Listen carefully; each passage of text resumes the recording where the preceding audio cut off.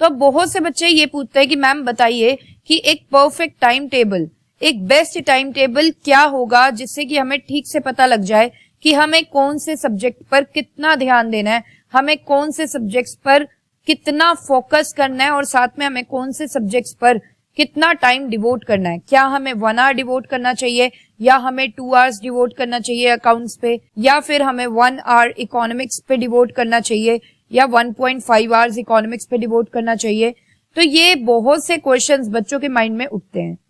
तो इस वीडियो को देखने के बाद बेटा आपकी ये जो प्रॉब्लम है ना कि मुझे कितना टाइम किस पर्टिकुलर सब्जेक्ट को देना है, ये सॉल्व होने वाली है। इस वीडियो को देखने के बाद आप अपना टाइम टेबल खुद बनाओगे। Yes, you heard it right, आप अपना टाइम टेबल खुद बनाओगे। तो चलिए स्टार्ट करते हैं हमारी आज की वीडियो। और वीडियो को स्टार्ट करने से पहले मैं आपसे रिक्वेस्ट करना चाहूंगी कि इस सेशन को लाइक कर दीजिए एंड साथ में चैनल को सब्सक्राइब कर लीजिए अगर आप हमारे चैनल पर न्यू है, क्योंकि ये चैनल आपको कंटेंट प्रोवाइड करता है बढ़िया वाला, जिससे कि आपकी क्लास 12 की जो जर्नी है वो बहुत ही इजी होने वाली है। तो चलिए स्टार्ट करेंगे हमारी आज की video which is all about best time table. जय Shri Shyam everyone, this is your educator Sakshi Dua. चलिए विदाउट वेस्टिंग एनी टाइम बात करेंगे सबसे पहले आपके डेज इन अ वीक की। तो जैसे कि हम जानते हैं कि वीक में 7 डेज हैं, starting from the Monday to Sunday, right. तो आपको क्या करना है, देखिए बेटा ये जो 7 डेज हैं इन्हें मैंने स्प्लिट कर दिया है। किस तरीके से? 6 डेज अलग कर दिए हैं, इसमें से 1 डे अलग कर दिया है, संडे को अलग कर दिया है, बाकी मंडे टू सैटरडे का एक ग्रुप बना दिया है। ठीक है, मंडे टू सैटरडे में आप कंटेंट को गो थ्रू करेंगे, आप कंटेंट को लर्न भी करेंगे। ठीक है, लेकिन संडे को आप क्या करने वाले हो, संडे को आपने जितना भी कंटेंट लर्न किया है मंडे से लेके सैटरडे तक आपने उसे रिवाइज करना है। ठीक है, अब ये संडे बहुत ही जरूरी है बेटा, क्योंकि इससे आपकी रिवीजन भी साथ साथ होती चली जाएगी। तो मेक श्योर आप ये ना करें कि अभी सिर्फ चैप्टर्स को गो थ्रू कर रहे हैं, एंड में लर्निंग वर्क कर लेंगे, उसके बाद रिवीजन कर लेंगे। तो बेटा अगर आप ऐसा सोच रहे हो ना तो बहुत ही गलत ट्रैक पर हो। ठीक है, तो मैं आपको यही बोलूंगी कि जो भी चैप्टर आप कर रहे हो साइड बाय साइड आप लर्न भी कर लो, साइड बाय साइड आप उसे रिवाइज करके भी रख दो। तो इसीलिए मैंने स्पेशली संडे का दिन जो रखा है वो रिवीजन का रखा है। इससे क्या होगा, आपकी रिविजन्स भी साइड बाय साइड होती चली जाएंगी। एंड मंडे एंड सैटरडे आपको ये ध्यान देना है कि आप जो भी कंटेंट आप डेली पढ़ रहे हो, डेली जो भी कंटेंट कर रहे हो, डेली बेसिस पे आपका लर्निंग वर्क भी हो जाना चाहिए। लेट सपोज आपने सोचा कि मंडे को मैं चैप्टर 1 कर लूंगा बिजनेस स्टडीज का। ठीक है, सो मेक श्योर कि आप मंडे को लर्निंग वर्क भी बिजनेस स्टडीज का खत्म कर लो। ठीक है ना, तो साइड बाय साइड सारा कुछ करना, उससे क्या होगा, कॉन्फिडेंस मेंटेन रहेगा, प्लस आपका अच्छे से प्रिपरेशन भी होती रहेगी। अगर आप चैप्टर को उसी टाइम आप लर्न भी कर लोगे, ठीक है, और साथ में आप संडे को रिवाइज भी कर लोगे, उससे ये होगा कि आपका जो चैप्टर है वो फुल फ्लेज्ड आपका प्रिपेयर हो गया है सीबीएसई बोर्ड के लिए। आपको और कुछ अब नहीं करना है, राइट।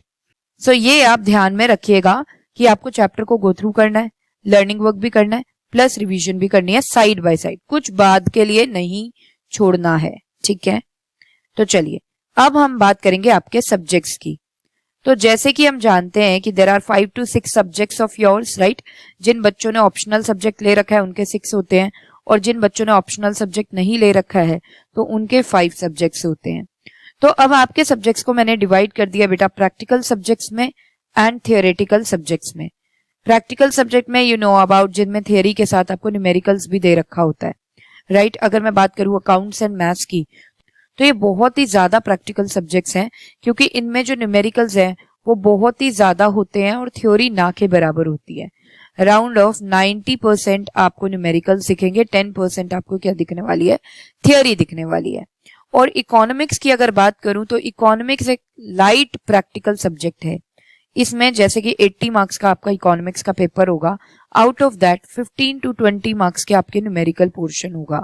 तो न्यूमेरिकल पोर्शन इकोनॉमिक्स में ज्यादा नहीं है, तो इसको मैं बोलूंगी कि ये लाइट प्रैक्टिकल सब्जेक्ट है। ऑल्दो प्रैक्टिकल सब्जेक्ट तो है क्योंकि इसमें न्यूमेरिकल्स होते हैं along with the theory, but क्योंकि न्यूमेरिकल्स का पोर्शन काफी कम रहता है तो इकोनॉमिक्स को मैं लाइट प्रैक्टिकल सब्जेक्ट में काउंट करूंगी।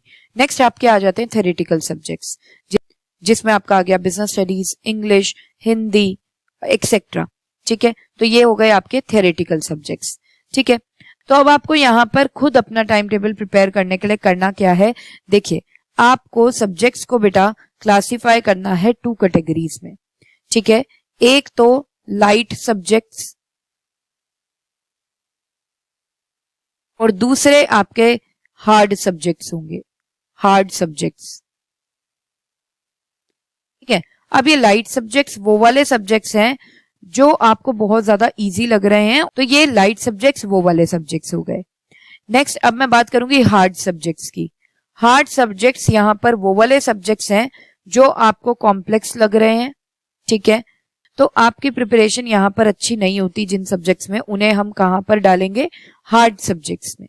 ठीक है, अब आपको ये चीज का ध्यान रखना है, तो अब आपको आराम से 8 to 9 आवर्स जरूर पढ़ना पड़ेगा, apart from your tuitions and apart from your school.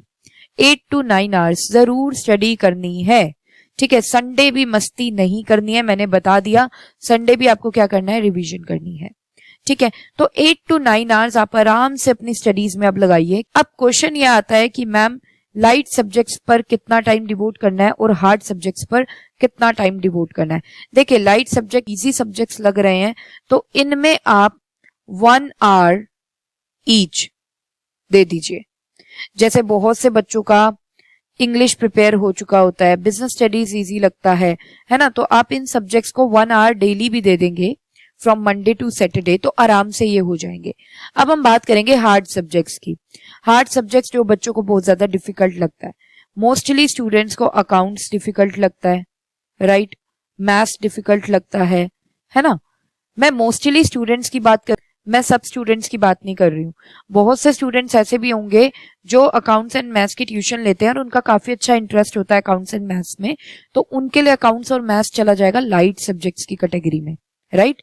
लेकिन मोस्टली स्टूडेंट्स, ज्यादातर स्टूडेंट्स को प्रॉब्लम आती है अकाउंट्स एंड मैथ्स की प्रिपरेशन करने में, तो हार्ड सब्जेक्ट्स आपके हो सकते हैं अकाउंट्स एंड मैथ्स। तो अगर कुछ ऐसा है तो आप हार्ड सब्जेक्ट्स को कितना टाइम डिवोट करेंगे, 2 hours daily from Monday to Saturday. तो अकाउंट्स एंड मैथ्स ऐसे सब्जेक्ट्स हैं जिनमें आपको प्रैक्टिस चाहिए बहुत ज्यादा। तो जो भी आपको हार्ड सब्जेक्ट्स लग रहे हैं, मेक श्योर कि आप उनमें ज्यादा टाइम डिवोट करो। Round off double time devote करना है आपको हार्ड सब्जेक्ट्स में as compare to the time devoted in the light subjects. तो इस तरीके से गाइस आपको अपना टाइम टेबल बनाना है। ठीक है, साथ ही में मैं आपको बता दूं कि हमारे जो कोर्सेज हैं क्लास 12 के, वो हमने फ्री ऑफ कॉस्ट अवेलेबल कर दिए हैं आप लोगों के लिए। उसमें आपको मिलेंगे video lectures of all chapters.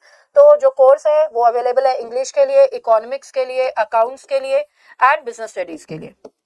तो देर किस बात की है, जल्दी से एनरोलमेंट करा लीजिए और अपनी प्रिपरेशन को स्टार्ट कर लीजिए with the best courses of grooming education academy. So I hope आपको अच्छे से समझ में आया होगा कि आपको अपना टाइम टेबल खुद कैसे प्रिपेयर करना है। तो मुझे लगता है कि ये वीडियो काफी आपके लिए यूजफुल रहेगी। If you feel the same then please like the video and subscribe the channel if you are new to our channel. तो यहाँ पर गाइस सेशन को एंड करने की इजाजत चाहती हूँ। मिलते हैं हमारे नेक्स्ट सेशन में। Till then bye bye, take care, जय श्री श्याम।